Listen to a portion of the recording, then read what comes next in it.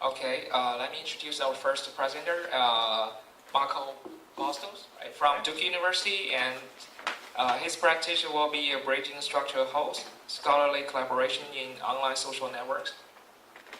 Hi everybody, thanks for having me here. It's been a real pleasure to know Beijing. I am the NSFT group postdoc at Haystack, which is it's a research institution, but it's also a social network, and I'll tell you a little bit about that. And this is, as NSF call, a high-risk, high-payoff type of research.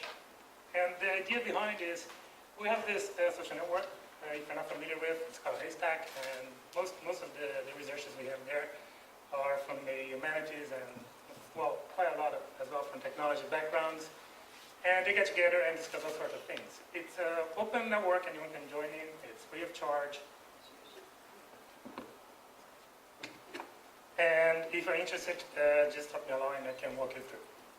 So what I've been doing recently is mine the network, just to get a sense of what kind of activity we have there. And later on, we start testing some hypotheses that maybe the use of scholarly social networks have an impact on the scholar's academic output.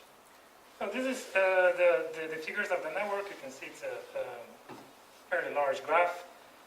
Those numbers are from the first quarter of 2014, so they are not up to date.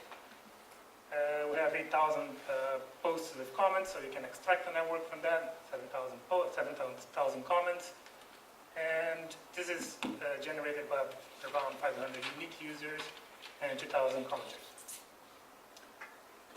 The network is, you would expect it to be a small word network because of the average path length, which is 3.5. For network clustering, it's fairly low. It's 0.08, so it's not really a small word as you would expect.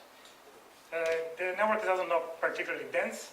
That, as you can see, is 0.012.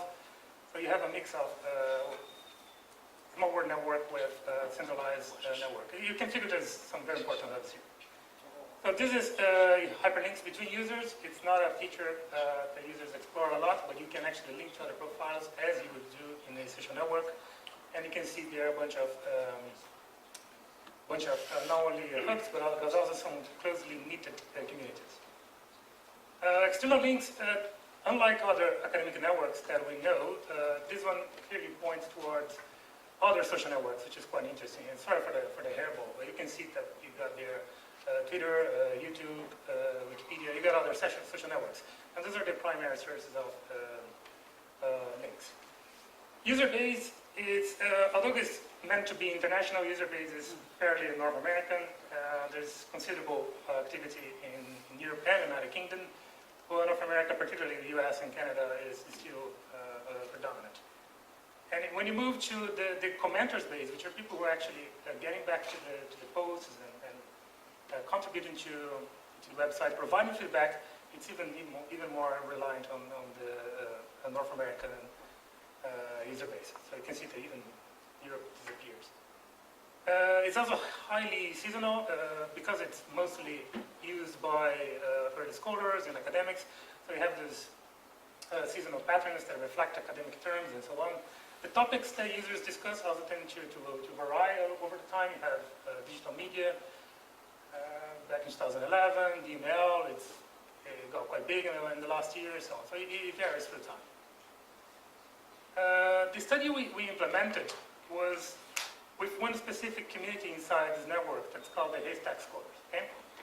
The Haystack Scholars is a program that is affiliated with the Haystack website and the Haystack as an organization. And any university can have a Haystack Scholar. There's a small grants that they give to each of those Haystack Scholars. I think it's $200 American or something of that sort. If you're interested, just call me during the coffee break. I'll give you the details. Any university can join this project. But the thing about the Haystack Scholars is that they collaborate a lot. They do a lot of things. They do what they call forums. They do blog posts. And, well, at the end of the game, they end up also publishing academic proceedings or book chapters, you name it. Everything that you would expect from a traditional academic output. The network, the subgroup of this larger network, the Haystack Scholars, was I think established by 2007, 2008, but it's after 2009 that the thing really takes off.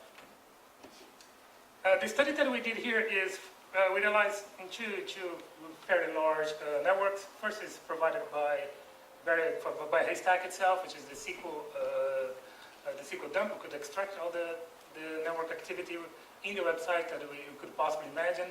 And the second one, so it's a bit cut off here in the slide, sorry about that, but it is, we rely on a Qualtrics survey we implemented, and we survey about just over 100 Haystack scholars about their collaboration patterns and with whom they have collaborated, what they have published, and so on. So this provides an interesting baseline to investigate the correlation or the lack thereof between online social networks and actual academic output. Those are the hypotheses you would expect. The first one is, well, we can actually predict academic output based on how active they are in the academic social network, and the other way around, whether it's the academic social network that can actually predict academic output. Okay, let me show you what we got so far. What you see here, I don't know if you can see a lot, but what you see in red and what you see in blue, those are both interactions that are happening in the website by means of blog posts and comments to that specific blog post, or users that participate in the same forum. That's in blue. What you see in orange, I don't know if you can see very well, but it should be right across the two major clicks. Those are collaborations that happen, let's call it in real life or on site, if you prefer. It's a much smaller chunk of the network, and that's the part that gets interesting. Okay? First, it's small, but most of the collaborations that happened, that took place outside the network, happened between this very specific set of users that collaborate always and online. We're talking about 77%, so it's a very large percentage of the collaborations offline. Second thing is, all those collaborations that are very large happen just with this tiny little bit of the network that collaborates both online and offline. So the reality is we're talking about some users that are highly active, and they're very active not only online, they're also very active offline, and they tend to extend their collaborations across the networks. This is, I don't know if you can see anything, but what you see in green here are collaborations that took place only within Haystack, okay, within the website. And what's in red are collaborations that happen both in the website and outside the website, meaning conference preceding a book, a chapter, or something of that sort.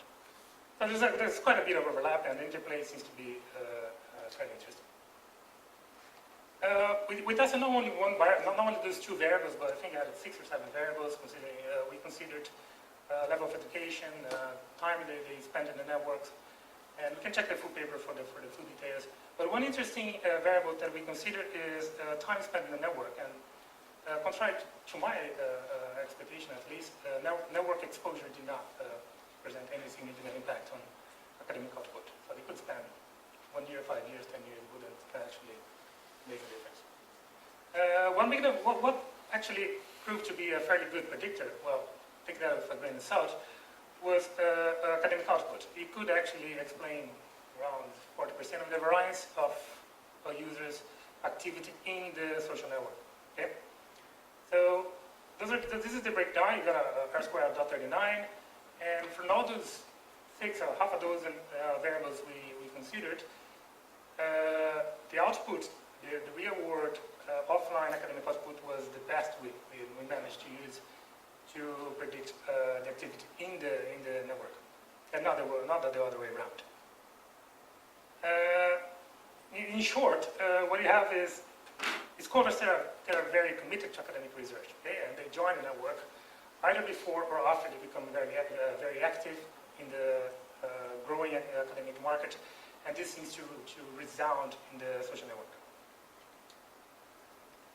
The other interesting thing is that, as I was commenting, it's a very specific and small set of users, and they tend to perform a particularly important role in the network. They bridge important gaps, and they connect important clicks in the network. This is the full graph of the network, okay? And if you remove those users, even though it's just less than 2% of the network, you can see that we have a lot of nodes that become suddenly isolated. I can give you just a breakdown of the network, and the clustering coefficient goes down pretty dramatically. Average preference goes up significantly, and even though the connected components remain around 86, 86, actually exactly at 86.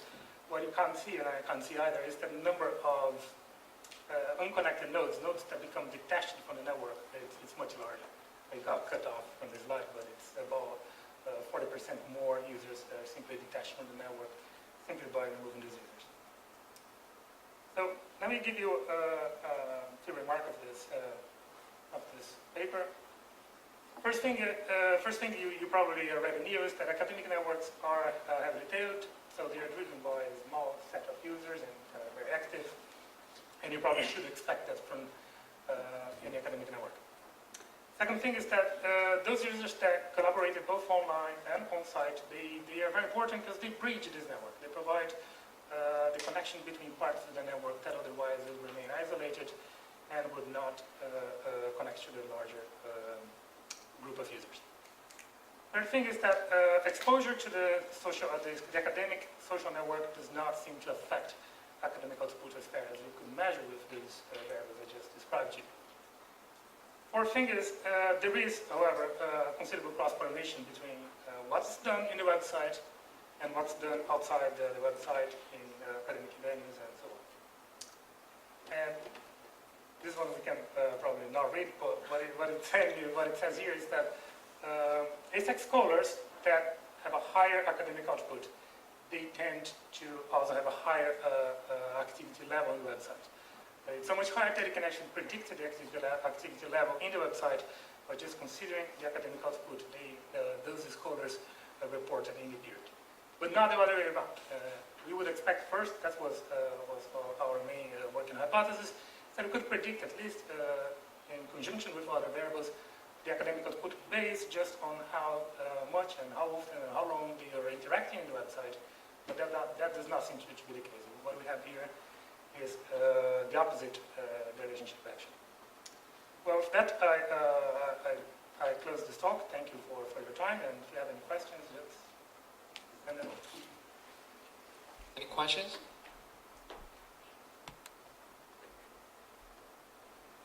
So yeah, I do have a question. Like, this is a one academic network, right? Did you try to another or similar or bigger network like the ResearchGate or other things? Did you try those, or do you have data access to that? We have part of the network we have access to. The problem is most of the interactions between the users are not structured. They come in the text, and you have to extract that and do a lot of graphing basically and try to establish the relationships. So although we have access to the full data, a considerable portion of the interactions in the website are not structured in a way you can extract the social graph.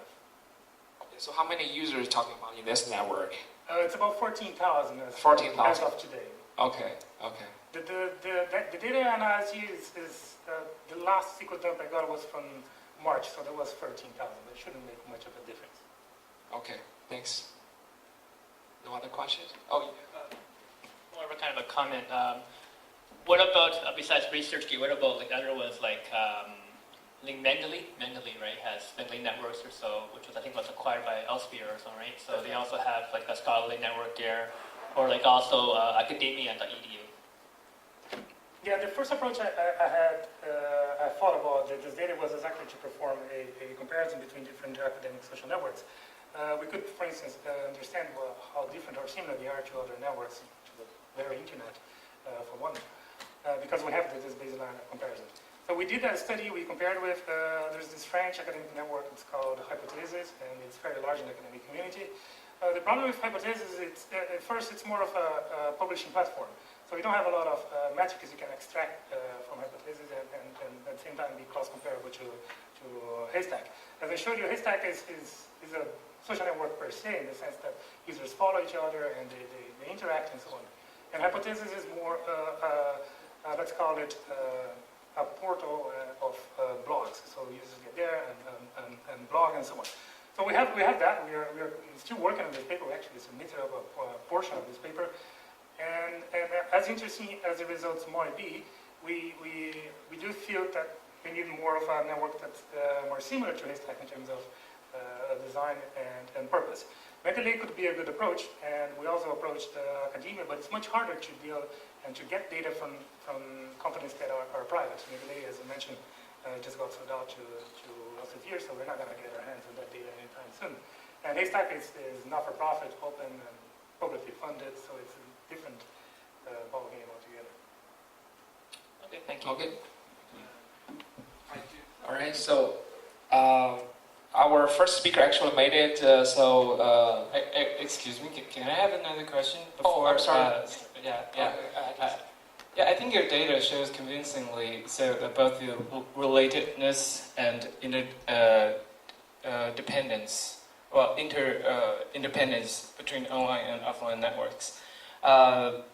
Intuitively, I suspect that the kind of activities or behaviors that you can observe from your data can also be extrapolated to other kind of communities. So you're working on academic communities, but I'm thinking of like activist communities that probably can observe that same kind of participation, interaction, offline, online differences.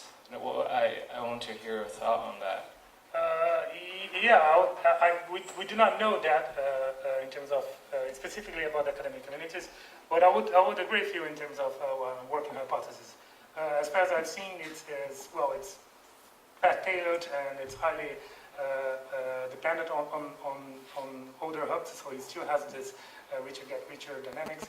And similarly, it has a lot of features that resemble what you would expect from other social networks, particularly online networks. But we do not know that because, as we were discussing, we do not have this data. I have this data from Haystack, and maybe we have from hypotheses, but those are small samples of what we can get compared to, say, Vimeo, ResearchGate, or whichever other social network we can think of. For video, we should establish some sort of study that takes into consideration a number of different academic networks to establish a baseline and see if there is any similarities. And after that, we can possibly extrapolate to, say, activist networks and other things of that sort. Don't know if there are answers, or I don't know if that makes sense for you. Yeah, it's okay. Thanks. Okay. Thank you.